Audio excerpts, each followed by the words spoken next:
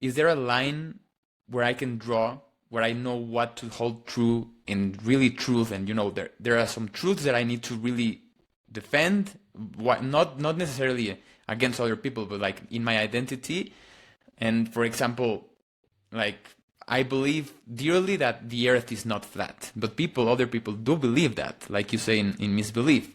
And so I would like to, that's the part one of my question, that, where can I draw that line in the sand of truth and untruth? And at the same time, especially right now with what's happening in the rise of AI that you really discuss in Misbelief, and all of these images and the way content is being created, and most of us spending, and at least my generation, Gen Z, spending most of their times in social media, TikTok, Instagram, being ready to get morally outraged. How can we identify, the true information, or at least distill from my moral outrage, perhaps there's some truth here. How can I dig more into it? And so those are my two questions. And if I confused you, I'm sorry. No, it's fine. No, it's fine. They're very different questions, but let me answer in a confusing way. So, not too long ago, we had the Day of Atonement, right? The people who are not Jewish, this is a day where Jewish people fast. And I usually try to take a day to think about the problem. So I fast, and I take one topic that I want to resolve for myself. And this year, the topic I took upon was whether I think that people are inherently good or inherently bad. And up to now, I basically believe that people are inherently good. And when we see bad behavior, it's because of stupidity or negligence or bad ideology, or, you name it. Like, if we take the cookie metaphor, I don't think anybody wanted to get people to be unhealthy.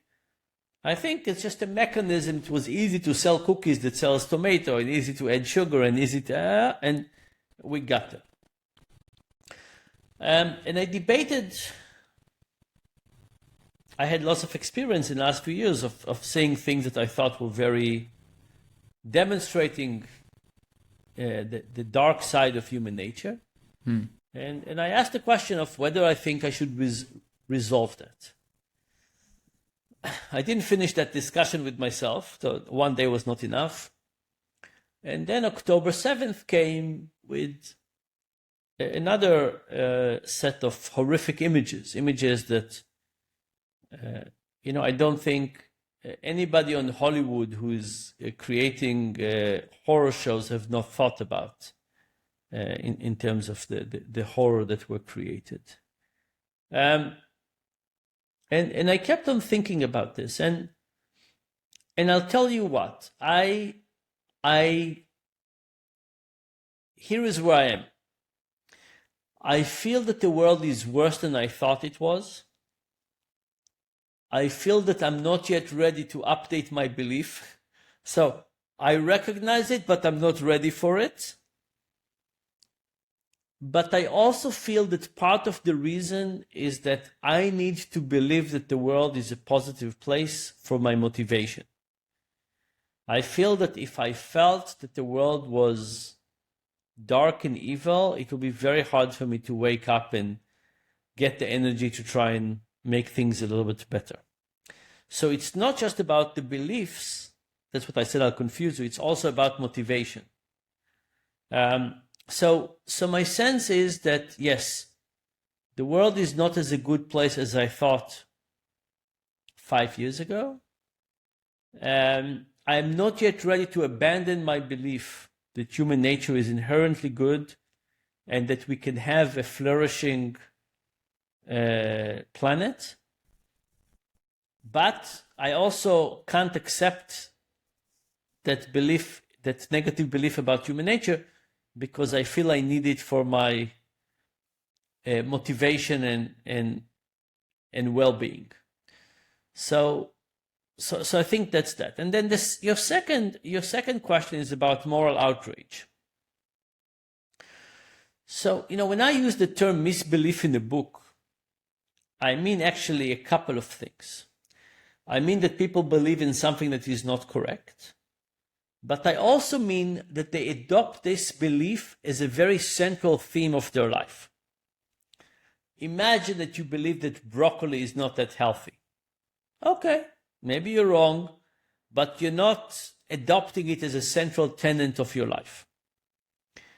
But if you believe that the earth is flat, for example, that's a very central belief, because it means that the NASA is lying to you, and pilots are lying to you, and governments are lying, and the list goes on and on and on. It's a very core belief. There's no way not to believe it as a lens from which you watch everything else.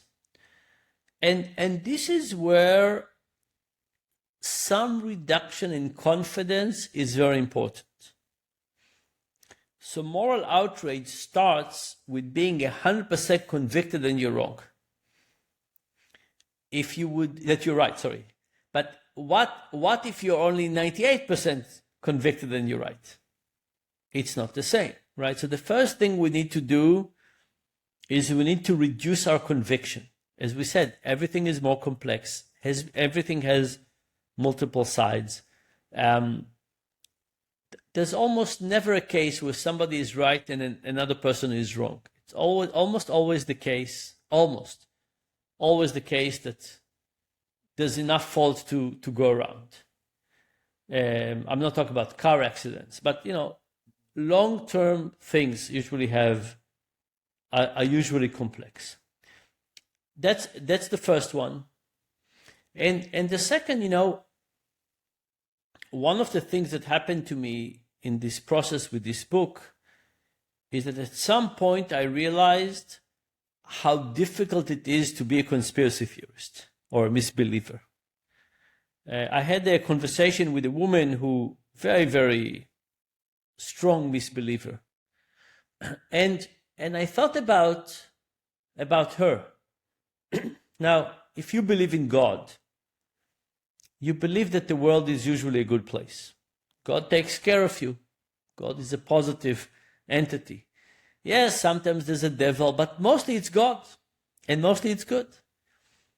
But if you're a misbeliever, then you wake up feeling that Bill Gates and the Illuminati are out there to get you, that are trying to put a G5 chip in you and in your kids and to change their fertility and so on. It's an awful way to live. And when I realized how difficult their lives are, it didn't make it less painful, the attacks, but I did develop some empathy toward them. And I think that if we want to move forward in society, we have to be less than 100% sure in our own opinions, and we have to develop some empathy for the other side of the discussion.